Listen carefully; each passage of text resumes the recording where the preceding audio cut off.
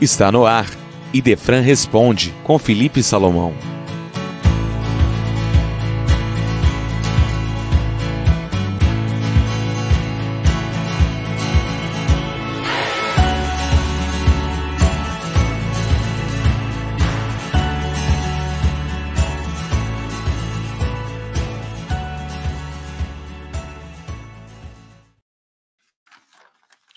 Prezados ouvintes, bom dia.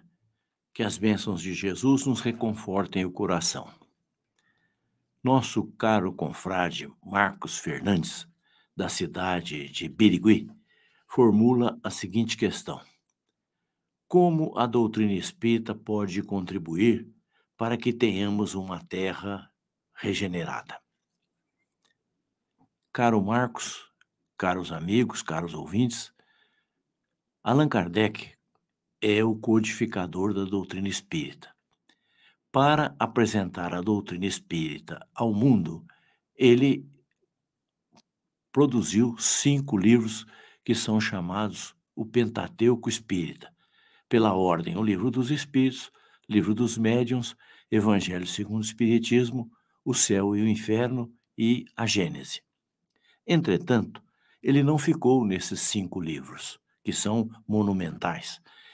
Ele tem outros livros que foram produzidos por ele, como, por exemplo, o que é o Espiritismo, que é uma síntese da doutrina espírita. Além disso, ele foi o autor da Revista Espírita, que circulou durante 14 anos, desde 1855 até 1869, quando ele desencarnou.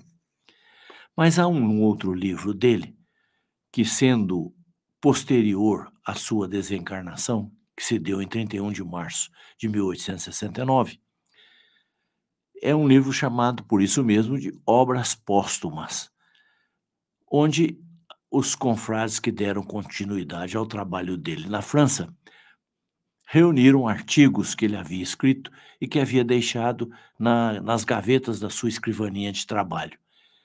Esse livro, chamado Obras Póstumas, traz um artigo de Kardec muito interessante que se chama As Aristocracias.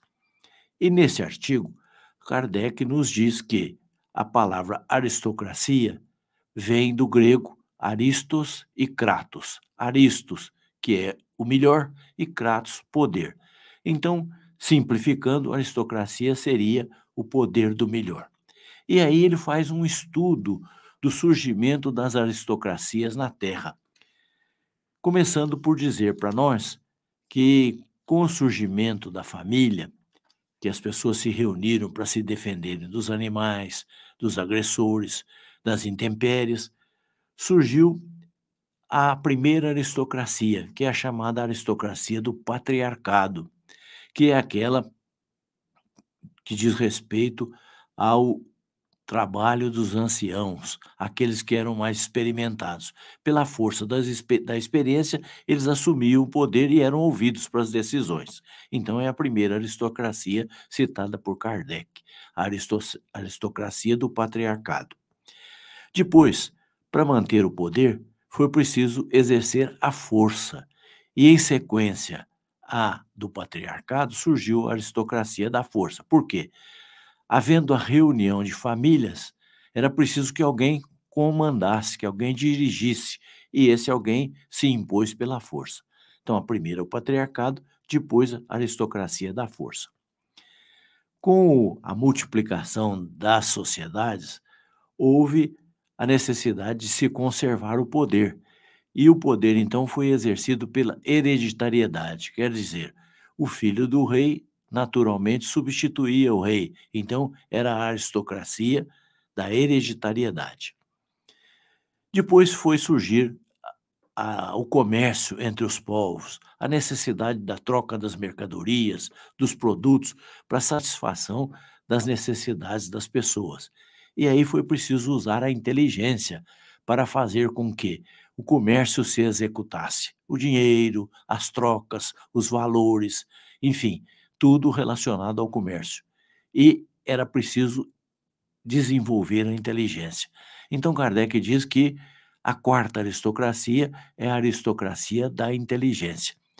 E se nós observarmos, essa aristocracia vigora até os dias atuais, porque tudo agora obedece à inteligência.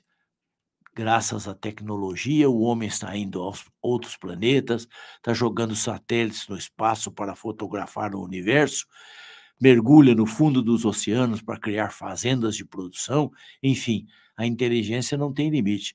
Se olharmos então para a medicina, verificaremos que as grandes conquistas, com robôs fazendo cirurgia à distância, enfim, é o império da inteligência. Mas Kardec mostra que esta inteligência não solucionou o problema do homem, que continua tendo os mesmos problemas de depressão, de insatisfação, de tristeza, de mágoa. Os sentimentos não foram resolvidos. Então, ele postula o surgimento da quinta aristocracia, que ele chama de aristocracia intelecto-moral. No nosso entendimento, a aristocracia intelecto-moral é a que vai permitir o surgimento da Terra regenerada. E como é que o Espiritismo pode contribuir com isso? No livro dos Médiuns, no item terceiro, no capítulo terceiro, Allan Kardec classifica os espíritas em 4 categorias. A primeira ele chama a dos espíritas experimentadores, que são aqueles que vivem atrás do fenômeno, correm para onde estiver o fenômeno. Do fenômeno não tiram consequência moral nenhuma. São chamados os espíritas experimentadores. Depois ele chama a segunda categoria de espíritas imperfeitos, que são aqueles que acham que o fenômeno tem uma qualidade, um aspecto moral, mas que o aspecto moral não é para eles, é para o outro. Eles não se convencem que são eles que devem se modificar. Nós vamos fazer uma pequena inversão na categoria agora. Ao invés de citarmos a quarta, vamos passar para a terceira, que é a categoria que ele chama de espíritas exaltados, que são aqueles que querem convencer a qualquer custo as outras pessoas. Eles mesmos não se convencem, mas querem convencer as pessoas. São espíritas proselitistas, querem fazer seguidores. E, finalmente, na quarta categoria, que Kardec havia denominado em terceiro lugar, mas que nós passamos para a quarta, de propósito, é a categoria dos espíritas cristãos, que são aqueles que compreendem a doutrina, que entendem o ensinamento moral de Jesus, o verdadeiro significado da moral de Jesus. E ao invés de postularem a aplicação da moral de Jesus para os outros, aplicam a moral de Jesus para si próprios.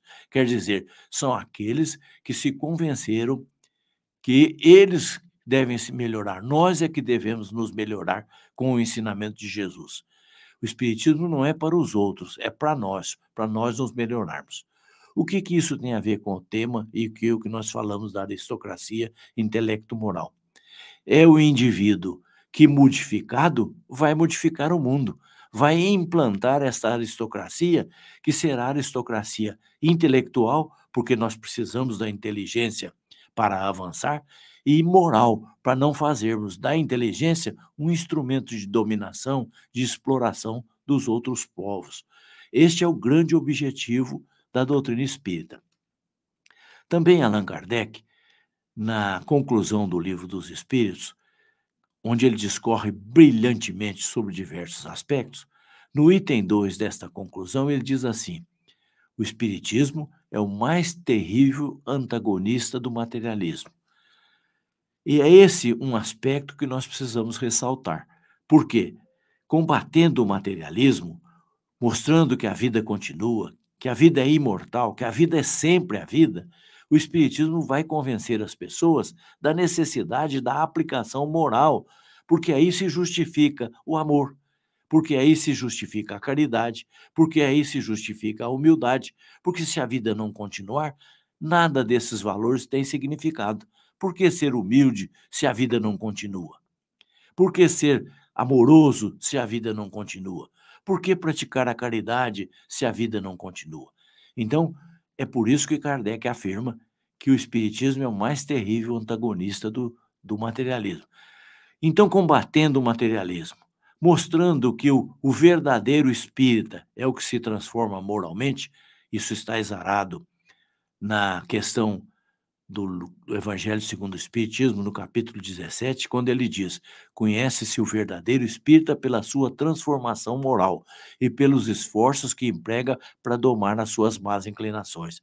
Então, nesses aspectos todos, a aristocracia intelecto-moral, o combate ao materialismo, a transformação moral do indivíduo, e aí reforça a palavra de Eurípides Barçanufo: vencedor é o que venceu a si mesmo. Então, quando tudo isso contribuir para a mudança da sociedade, para a mudança moral do homem na Terra, aí sim estaremos implantando a aristocracia intelecto-moral, que é verdadeiramente o planeta regenerado.